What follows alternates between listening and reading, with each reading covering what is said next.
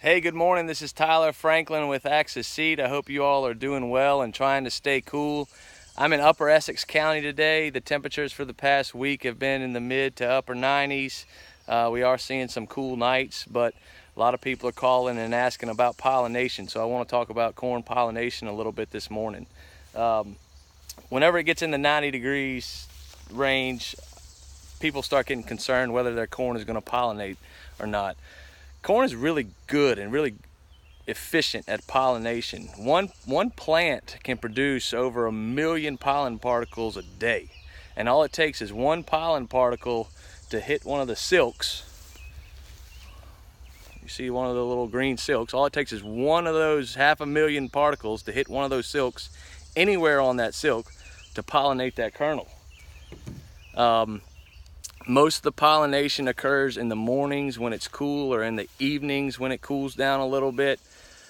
And most of the pollination occurs in the first 3 to 4 or 5 days after it starts dropping pollen. So it happens quick, but it happens efficiently.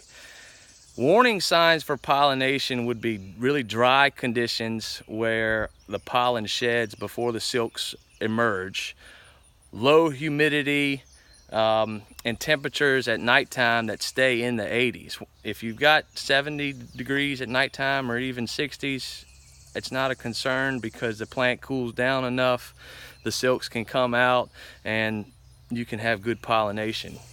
Where I would really worry is if the plants are showing dry weather stress, you've got really low humidity and the night times are high. That's a recipe for disaster. But for most of the state of Virginia, we've got adequate soil moisture. The nights are staying in the 70s and low 60s, and we've got a lot of humidity here. So I'm really not concerned about pollination. In fact, most of the state has already gone through pollination, and everything that I've looked at has been good so far.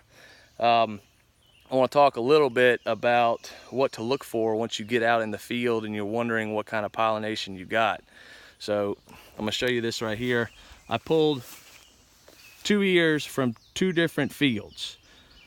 This right here, you can see, has got silks. I call this the shake test. So I split the ear in half, and you can shake it and see all those silks still on that ear.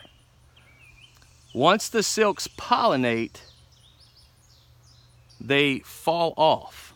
So if you shake it and they don't fall off, they aren't pollinated. So this ear, those kernels have not pollinated yet, whereas this ear has. Once you see brown silks, that's pretty much the end of pollination. It's occurred already. This is at what you call the blister stage, but you can see that most of the silks won't shake off. So this ear is already pollinated. You can see the kernels. You can kind of pop them. That's blister stage. So it's uptaking a lot of water right now, starting to put in a lot of weight in those kernels. The kernels are actually getting bigger. So when you drive across the field and walk out there and you see those brown silks like that, that is already finished pollination. Whereas this one right at silking is really just getting started. There's a couple things you can look for in between. If you're in the middle of pollination, say the 3rd day after pollination, and you pull a ear like this, sometimes you can find that half of it is already pollinated and the upper half of the ear still has silks on it. You've only got a few days left before it all pollinates, but that is just starting pollination right now. The next couple days it'll be mid-pollination. But you can see none of those kernels have actually pollinated because the silks are still attached. Where this one, they're all dropped.